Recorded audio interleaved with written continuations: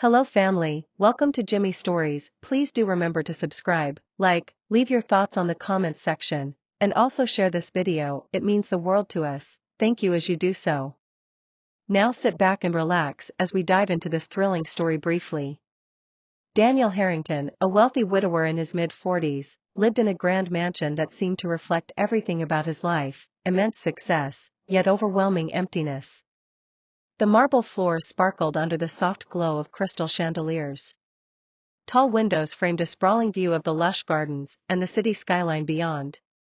Yet, despite all the beauty and grandeur surrounding him, Daniel felt nothing. Every corner of his home whispered memories of Rachel, his beloved wife, whose laughter used to fill the house, but now lingered only as an aching silence. He sat on the edge of his leather armchair in the vast living room, nursing a glass of whiskey. The sun was setting, casting an amber hue across the room, and he found himself staring at the light reflecting off Rachel's portrait on the wall. She had been his everything, his partner, his best friend, the love of his life. The picture showed her smiling, her dark hair cascading over her shoulders, her eyes full of warmth. He couldn't look away. "Rachel," he whispered, his voice breaking. "What am I doing without you?" Since Rachel's death 3 years ago, Daniel had thrown himself into his work. He had transformed the modest family business into a billion-dollar empire, with his name on the lips of every major CEO in the country.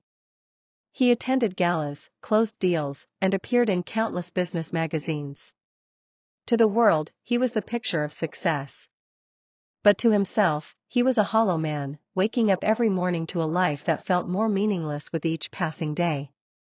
That evening, as he swirled the whiskey in his glass, his longtime friend and business advisor, Charles, dropped by. Charles was one of the few people who dared to speak candidly with Daniel. The two had been friends since college, and Charles had been by Daniel's side through his greatest triumphs and his darkest moments. "Daniel," Charles said, stepping into the room without waiting for an invitation. "You can't keep doing this to yourself." Daniel looked up, the usual sharpness in his gaze replaced by weariness. "Doing what, Charles?" "Shutting yourself off. Living like this. You've got everything a man could ever want, but you refuse to move forward. It's been 3 years since Rachel." "Don't say her name like that," Daniel interrupted sharply. "Like she's just a memory. She was my wife, Charles. My life." Charles sighed and sat down across from him. "I'm not saying you should forget her, Daniel. You'll never forget her. But you're still here, and you've got to think about the future." Daniel set his glass down and leaned back in the chair. "The future," he repeated bitterly. "What future? I built this empire for what? There's no one to carry it on. No heir, no family." "That's exactly what I'm talking about," Charles said. "You need to think about an heir, someone to inherit everything you've worked for. I know you've avoided this topic, but the company, the Harrington legacy, it can't just end with you." Daniel ran a hand through his dark hair, now streaked with gray. He had thought about it before, of course. The idea of having a child had been something he and Rachel had dreamed about. They had tried, but it wasn't meant to be. And after her passing, the thought of raising a child alone seemed impossible. "I'm too old for that, Charles," Daniel said finally. "Starting a family now? It feels wrong. Like I'd be replacing her." "You're not replacing her," Charles said firmly. "Rachel wouldn't have wanted you to live like this, drowning in guilt and loneliness. And you're not as old as you think. Look, there are other ways. Surrogacy, adoption, there are options, Daniel. You just have to be willing to consider them." Daniel didn't respond immediately. He stared at the setting sun through the window, its golden light fading into hues of orange and red. It reminded him of the evenings he and Rachel used to spend on the balcony, sipping wine and talking about their dreams for the future. They had always imagined a child running through the halls of their home, filling it with laughter and life. Now, the silence was unbearable. "I don't know if I can do it," Daniel said quietly. "I don't know if I have it in me to be a father. What kind of father would I even be? I couldn't give them what Rachel would have. You're selling yourself short, Charles replied. You have more to offer than you think. And it's not just about you anymore, Daniel. It's about ensuring that everything you've worked for has meaning. You have the resources, the time, and the heart to make this work. You just need to take that first step.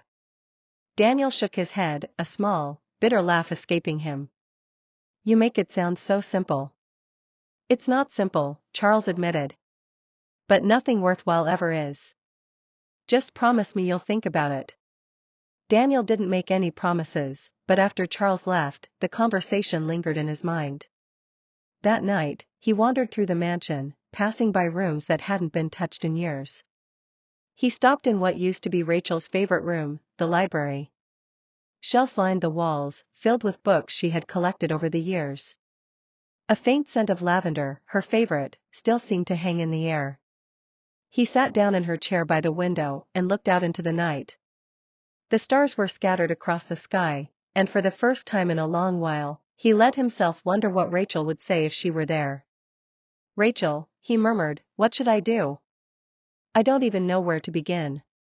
The question echoed in the stillness, unanswered.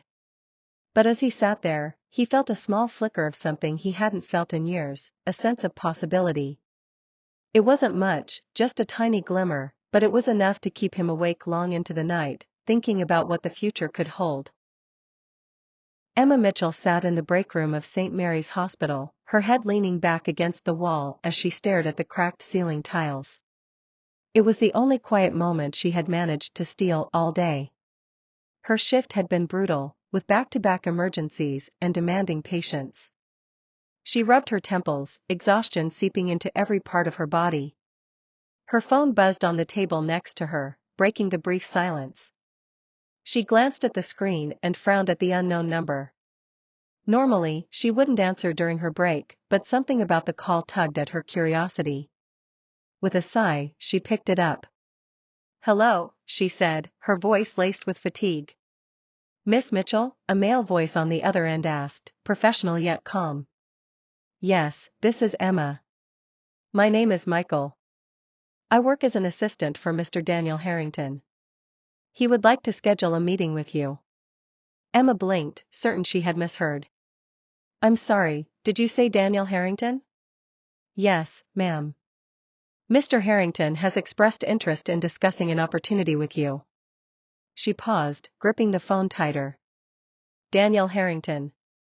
The name was as familiar as it was intimidating. He was the millionaire businessman she had read about in magazines, the one whose face often appeared in news headlines. What could he possibly want with her? She hesitated, suddenly suspicious. Is this a joke? I assure you, this is no joke, Michael replied smoothly. Mr. Harrington prefers to discuss details in person. If you're available, we can arrange for a meeting at your earliest convenience. Emma's mind raced. She was nobody special, just a struggling nurse working endless shifts to pay her mother's medical bills. Why would someone like Daniel Harrington contact her? It didn't make sense. Why me? She blurted out. I don't understand. What kind of opportunity are we talking about? I'm not at liberty to disclose specifics over the phone, ma'am, Michael said politely. But I assure you, it's a legitimate and potentially beneficial proposition. Her first instinct was to refuse. She didn't have time for mysteries or distractions, not with her mother's condition worsening. But curiosity and desperation gnawed at her. Her mother's cancer treatments were draining their savings, and every day felt like a race against time. If there was even the slightest chance this meeting could help, could she really afford to ignore it? What's the catch? Emma asked warily. There's no catch, Miss Mitchell, Michael assured her. Mr. Harrington simply believes you may be the right person for what he has in mind. Emma sighed, glancing at the clock on the wall. All right, she said cautiously. When and where? Michael provided the details, thanking her for her time, before hanging up. Emma lowered the phone, her heart pounding. She had no idea what to expect, but the thought of meeting Daniel Harrington left her both intrigued and nervous. She leaned back in her chair, staring at the ceiling again, wondering how her ordinary life had suddenly collided with the world of a millionaire. Emma Mitchell stepped out of the elevator and onto the top floor of Harrington Tower, her heart pounding in her chest. The sleek, modern interior of the building was a stark contrast to the cramped and chaotic hospital where she worked. She adjusted her second-hand blazer nervously, feeling out of place among the polished executives walking past her. The receptionist, a sharply dressed woman with a practiced smile, gestured toward a set of heavy oak doors. "Mr. Harrington is expecting you. You can go right in." Emma nodded, muttering a quiet, "Thank you," before pushing the door open. The office she stepped into was massive, with floor-to-ceiling windows offering a breathtaking view of the city skyline. The furnishings were minimal yet luxurious: leather chairs, a dark mahogany desk, and an abstract painting hanging on the wall. But it was the man behind the desk who captured her attention. Daniel Harrington stood as she entered, his tall frame exuding an air of authority. He was impeccably dressed in a tailored suit, his graying hair and sharp features giving him an almost intimidating presence.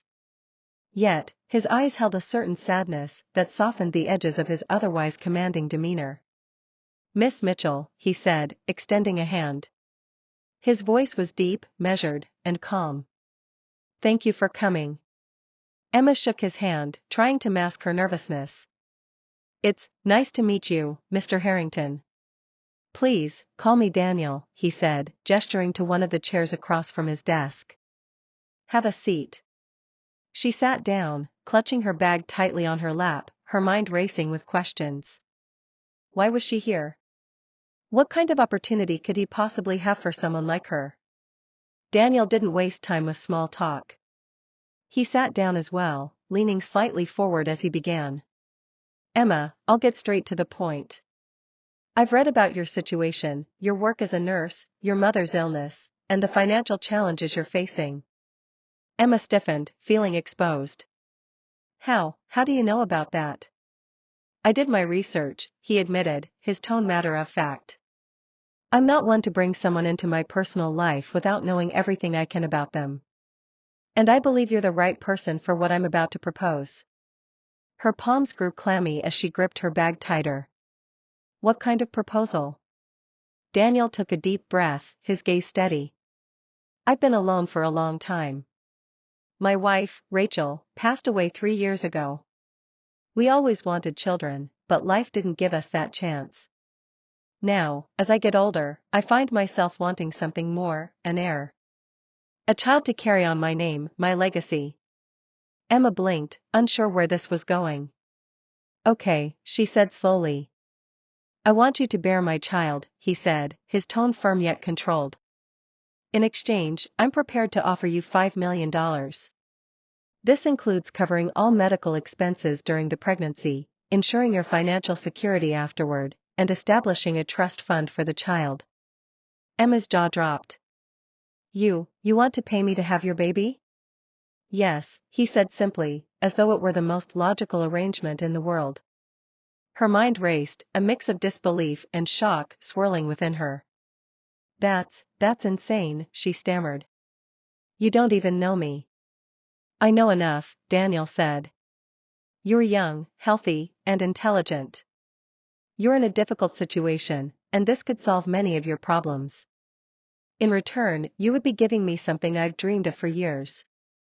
Emma stared at him, trying to process what she was hearing.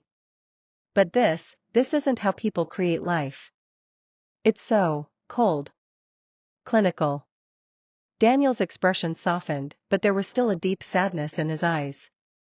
"I understand how it sounds, Emma. But I've learned that life doesn't always give us what we want in the way we expect. This is my chance to have the family I've always wanted. And it's a chance for you to secure a better future for yourself and your mother." She hesitated, her emotions warring within her. On one hand, the offer felt wrong, like reducing motherhood to a business transaction. But on the other hand, $5 million could change her life. It could save her mother, wipe away their debts, and give them a fresh start. Emma looked at Daniel, searching his face for any hint of insincerity. "Why me?" she asked finally. Out of all the people you could have chosen, why me?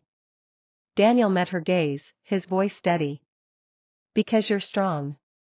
I've read about how hard you've worked, how you've sacrificed for your family.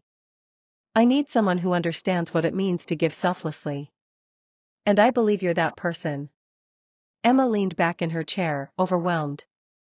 She didn't know what to say, but one thing was clear, this wasn't a decision she could make lightly. Emma sat on the edge of her bed, her hands clasped tightly together, staring at the worn carpet beneath her feet. Daniel's proposal echoed in her mind like a constant drumbeat, $5 million to bear his child. It sounded surreal, like something out of a movie, but it was real, and it was her decision to make. She glanced over at the small nightstand where a photo of her and her mother stood. Her mother's once vibrant smile was now a distant memory, replaced by the frail, pain-stricken woman Emma cared for every day. The thought of $5 million, enough to cover all the treatments, surgeries, and even long-term care, was overwhelming. It could save her mother's life. But the cost? A child. Her child. Could she really do that? Her phone buzzed, breaking her thoughts. It was her best friend, Lucy. Emma hesitated for a moment before answering. Hey, she said softly. Hey yourself, Lucy replied. You sound off. What's going on? Emma sighed heavily. I need to talk to you about something. Can you come over? Lucy didn't hesitate. Of course. I'll be there in 15 minutes later, Lucy sat across from Emma in the tiny living room of her apartment. She had brought along her usual energy, her presence filling the space, but her smile faded when she saw the worry etched on Emma's face. All right, spill it, Lucy said, leaning forward. What's going on? Emma hesitated, unsure how to begin. Finally, she took a deep breath. I got an offer. From someone unusual. Lucy raised an eyebrow. What kind of offer? And who's the someone? Daniel Harrington, Emma said quietly. Lucy's jaw dropped. The billionaire? What does he want with you? Emma shifted uncomfortably. He wants me to have his child. He's offering $5 million. Lucy blinked, stunned into silence. When she finally spoke, her voice was low and cautious. Emma, what? Emma explained everything, meeting Daniel, his story about Rachel, and the detailed contract he had laid out. Lucy listened, her expression shifting from shock to disbelief to concern. When Emma finished, Lucy leaned back and crossed her arms. This sounds crazy, Emma. I mean, I get it, the money would solve everything for you. But this isn't just about money. You're talking about creating a life. Are you ready for what that means? Emma shook her head. I don't know. That's the problem. My mom needs help, Lucy. The hospital bills are drowning us, and every day I feel like I'm failing her. This could save her. It could save me. But at what cost? Lucy pressed. You'd be tied to this man for the rest of your life. And what about the baby? Are you ready to just hand them over? Because that's what he wants, right? Emma looked down, tears welling in her eyes. I don't know if I can do it. But I don't know if I can say no, either. Meanwhile, Daniel sat alone in his study, staring at Rachel's portrait. He ran his fingers over the edge of his whiskey glass, his thoughts heavy. He couldn't shake the feeling that he was betraying her memory. Rachel had always wanted children, but she had wanted them with love, not through contracts and transactions. Am I doing the right thing? He murmured aloud, as if Rachel could answer him. The silence in the room was deafening. For both Emma and Daniel, the decision loomed large, the weight of their pasts and their uncertain futures pressing down on them. Neither of them knew what the next step would be, but they both knew it would change everything. Emma sat nervously in the plush leather chair across from Daniel Harrington in his expansive office. It had taken her days to make this decision, and even now, she wasn't entirely sure she had made the right one. Her palms were damp, and she clutched her bag tightly as she prepared to say the words that would change her life. Daniel, sitting behind his massive desk, studied her with a calm yet unreadable expression. He leaned forward slightly, his hands clasped together. "Thank you for coming, Emma," he said in his deep, steady voice. "Have you made a decision?" Emma nodded, though her voice faltered slightly as she spoke. I've thought about it a lot. And I'm willing to do it. But I have conditions." Daniel's eyebrows lifted slightly, intrigued. "I'm listening." Emma took a deep breath, trying to steady herself. "If I'm going to carry this child, I need to be a part of their life. I can't just be treated like a surrogate who walks away once the baby is born. This is my child too, and I need to know them, to see them grow up." Daniel's expression shifted subtly, the faintest flicker of hesitation crossing his face. He leaned back in his chair, considering her words. "Emma," he began carefully, "I understand your perspective, but this arrangement was meant to ensure that I would raise the child. I didn't anticipate." "I'm not saying I want to take the child away from you," Emma interrupted, her voice firmer now. "But I won't pretend this isn't a part of me too. I need to have some involvement, even if it's limited. I just can't walk away completely." There was a long pause as Daniel weighed her words. He hadn't expected this level of assertiveness from Emma, but he respected it. He could see the determination in her eyes, and it reminded him of Rachel in some way, strong, unwavering when it mattered most. "All right," Daniel said finally, his tone measured. "I can agree to that. You'll have involvement in the child's life, but it will need to be on terms we both find acceptable. We'll include this in the contract." Emma exhaled, relief washing over her. "Thank you," she said softly. They went through the contract together, discussing every detail. Daniel explained how all medical expenses would be covered, how she would have access to the best doctors and care throughout the pregnancy. The $5 million would be paid in installments, with the final amount released after the baby was born. A trust fund would also be set up for the child's future. Once all the terms were agreed upon, Emma hesitated as Daniel slid the contract and pen across the desk to her. The gravity of the moment hit her hard. This was it, the point of no return. "Are you sure about this?" Daniel asked, his voice softer now, almost kind. Emma met his gaze, her resolve hardening. "Yes," she said. And with that, she signed the papers. For Emma, it felt like stepping into an entirely different world, a world of wealth, privilege, and clinical precision. For Daniel, it was a mixture of relief and unease, as though he had taken a step towards something he desperately wanted but couldn't fully understand. As they shook hands to seal the deal, neither of them could foresee just how deeply this arrangement would entangle their lives. Emma sat in the pristine waiting room of the private clinic, her hands resting protectively over her stomach. It had been a few weeks since the process had begun, and while she was still adjusting to the reality of being pregnant, she felt a strange mix of excitement and apprehension. Across from her, Daniel sat stiffly, scrolling through his phone, but his occasional glances toward her betrayed a sense of concern. "How are you feeling today?" he asked, breaking the silence. Emma offered a small smile. "Better than last week. The nausea isn't as bad anymore." Daniel nodded, looking relieved. "That's good to hear. If you need anything at all, don't hesitate to tell me." "Thank you," Emma replied, though she could still feel the formality in his tone.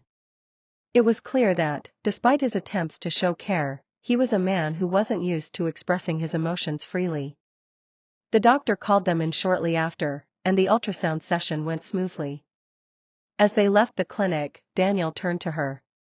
"Do you have time for lunch? There's something I'd like to discuss." Emma hesitated but eventually nodded. "Sure. Why not?"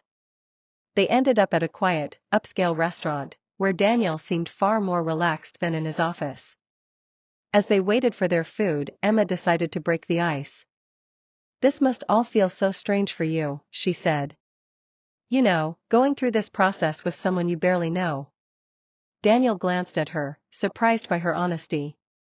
It does, he admitted. But it's not just strange, it's also different. After Rachel, I never thought I'd do anything like this. It's a lot to take in. Emma leaned forward slightly. Tell me about her. Rachel, I mean. For a moment, Daniel's expression softened, and a faint smile touched his lips. She was incredible. Smart, kind, and patient, much more patient than I ever deserved. We wanted children, but it just didn't happen for us. After she passed, I buried myself in work. I thought if I focused on my company, I wouldn't have to deal with the emptiness. Emma listened intently, her heart aching for him. I can't imagine how hard that must have been. It still is, Daniel admitted quietly. But I think this, what we're doing now, gives me some hope. It's like a second chance. Emma nodded, understanding his pain more than she expected. I get it. My mom's been sick for so long, and every day feels like a battle. I'm just trying to keep us afloat. Daniel studied her, his admiration for her resilience growing. You're stronger than most people I've met, he said. You've taken on so much, and yet you're still standing. Emma blushed slightly, brushing off the compliment. I just do what I have to. It's not like I have much of a choice. As the conversation flowed, the walls between them began to crumble. They shared stories about their pasts, their fears, and their hopes for the future. Emma's warmth and honesty chipped away at Daniel's guarded exterior, while his quiet strength reassured her in ways she hadn't expected. But as the days turned into weeks, doubts crept in for both of them. Emma often lay awake at night, wondering what kind of life her child would have. Would they feel like they belonged? Would they know the love of a complete family? Meanwhile, Daniel wrestled with his own fears. Was he letting Emma too close? Was he betraying Rachel's memory by opening his heart to someone new? Though they didn't speak these worries aloud, they hung in the air, unspoken but deeply felt. The journey they had embarked on was changing them both, in ways neither of them could yet fully understand. Emma lay in the hospital bed, exhausted but relieved, as the sound of a newborn's cry filled the room. Her chest heaved, tears streaming down her face as she caught her first glimpse of the baby. A nurse placed the tiny bundle in her arms, and Emma's heart swelled with a mixture of joy and disbelief. The child she had carried for 9 months was finally here, a healthy, beautiful boy. She looked down at his little face, his delicate features barely visible beneath the blanket. His tiny fingers moved, grasping at the air, and Emma felt an overwhelming surge of love she hadn't anticipated. This wasn't just Daniel's child, this was hers too, a piece of her heart and soul.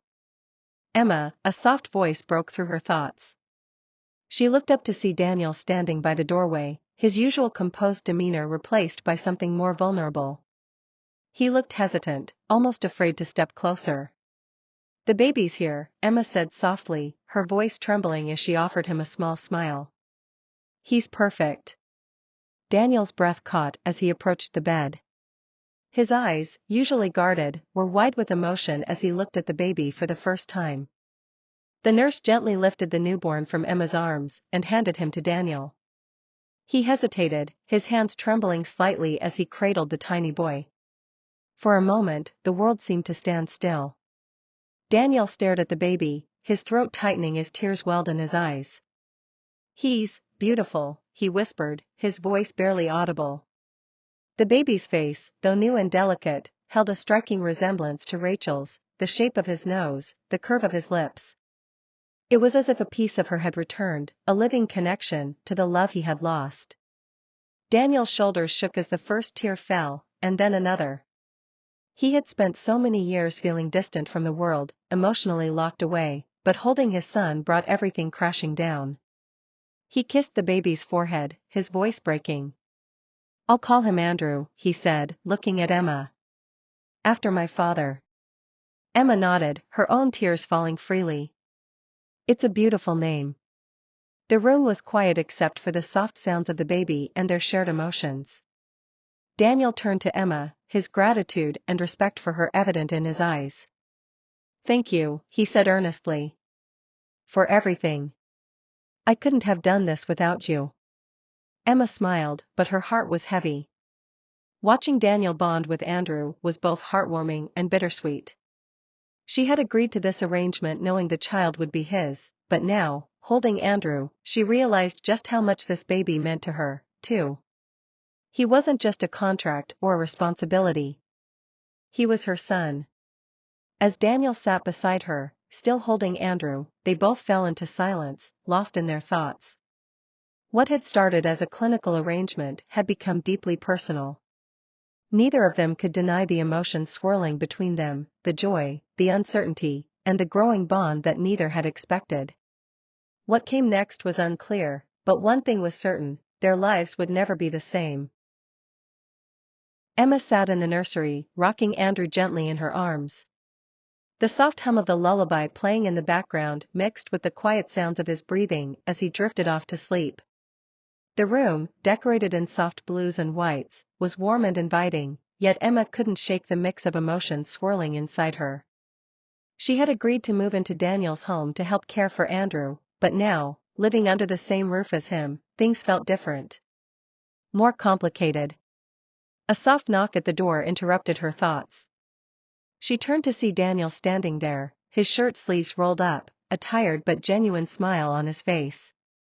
"How's he doing?" he asked, stepping inside and lowering his voice. "Just fell asleep," Emma whispered, smiling as she stood and carefully placed Andrew in his crib. "He's been fussy all day, but I think he's finally settling." Daniel nodded, his eyes softening as he looked at his son. "You've been amazing with him, Emma. I don't know how you do it." Emma brushed a strand of hair from her face and shrugged lightly. "I guess it's just instinct. And maybe a little coffee," she added with a small laugh. Daniel chuckled, leaning against the doorframe. "Still, I don't think I could do this without you." His words hung in the air, and Emma felt her cheeks warm. She had noticed how their relationship had begun to shift since she moved in.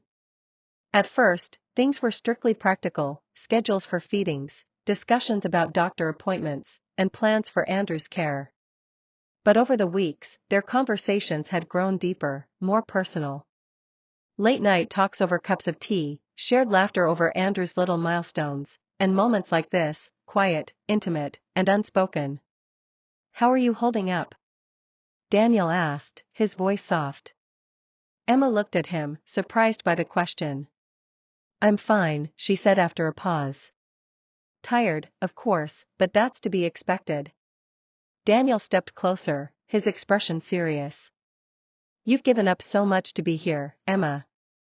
I know this wasn't the life you planned." She smiled faintly, her eyes drifting back to the crib. "No, it wasn't.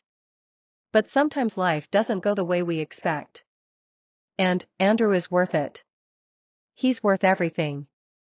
Daniel's gaze lingered on her, and for the first time, Emma felt the weight of it, like he was truly seeing her, not just as the woman who had carried his child, but as someone important. "You're incredible, you know that," he said quietly. Emma's heart skipped a beat. She looked away, her emotions swirling in a way that left her feeling unsteady. "I'm just doing what anyone would do," she said, brushing off the compliment. "Not everyone would have done what you've done," Daniel replied. "You're selfless, Emma." "And he hesitated, as though unsure if he should continue. "I admire that about you." The moment hung between them, heavy with unspoken feelings. Emma wasn't sure how to respond, so she simply nodded, breaking the silence. "I should get some rest. It's going to be another long day tomorrow." Daniel nodded too, stepping back to give her space. "Of course. Good night, Emma." "Good night, Daniel." The days passed, and life settled into a routine. Emma and Daniel worked as a team to care for Andrew, but the boundaries between them grew blurrier with each passing day. They shared the ups and downs of parenthood, Emma comforting Andrew through sleepless nights, Daniel fumbling with diaper changes and then laughing at himself, both of them celebrating Andrew's first smile. One evening, Emma found Daniel in the living room, sitting on the couch with Andrew cradled in his arms. The sight stopped her in her tracks. He looked so at ease, so natural, as he rocked Andrew gently and hummed a tune under his breath. Didn't know you could sing, Emma teased, stepping into the room. Daniel looked up, a playful smirk on his face. Don't tell anyone. It'll ruin my reputation. Emma laughed, sitting down beside him. You're full of surprises, aren't you? Daniel glanced at her, his expression softening. I think we both are. The way he said it, the way he looked at her, made her heart flutter. She quickly looked away, focusing on Andrew instead. He looks so peaceful, she said, brushing a finger over the baby's tiny hand. He's lucky to have you, Daniel said after a moment. I'm lucky to have you. Emma froze, the words catching her off guard. She turned to him, unsure of what to say. Daniel, I mean it, he interrupted gently. You've brought something into this house that I didn't even realize I was missing. It's not just Andrew, it's you. Your warmth, your kindness. You've made this place feel alive again. Emma's chest tightened. She felt the same pull toward him, but the thought of it terrified her. She had come into his life through a contract, an arrangement. Falling for him wasn't part of the plan. And yet, here she was, her heart betraying her carefully laid boundaries. Daniel, she said softly, her voice trembling, everything we're doing, it's complicated. I don't even know if. I know, he said, cutting her off gently. I know it's complicated. And I don't want to make things harder for you. But I also don't want to ignore what's happening here. You mean something to me, Emma. More than I ever expected. Her eyes filled with tears, and she looked down at her hands, unsure of what to say. This started as a business arrangement, she whispered. How did we end up here? Daniel reached out, taking her hand in his. Sometimes life doesn't go the way we plan, he said, echoing her own words. But maybe that's not such a bad thing. They sat in silence for a long moment, the weight of their emotions pressing down on them. Emma wanted to trust what she was feeling, but the shadows of their pasts, their losses, their fears, loomed large. I don't know where this will lead, she said finally, her voice barely audible. But I can't deny that something's changed. Daniel nodded, his grip on her hand tightening slightly. Whatever happens, we'll figure it out. Together. As they sat there, with Andrew sleeping peacefully in Daniel's arms, Emma felt a glimmer of hope. It was fragile and uncertain, but it was there, a new beginning, waiting to be written.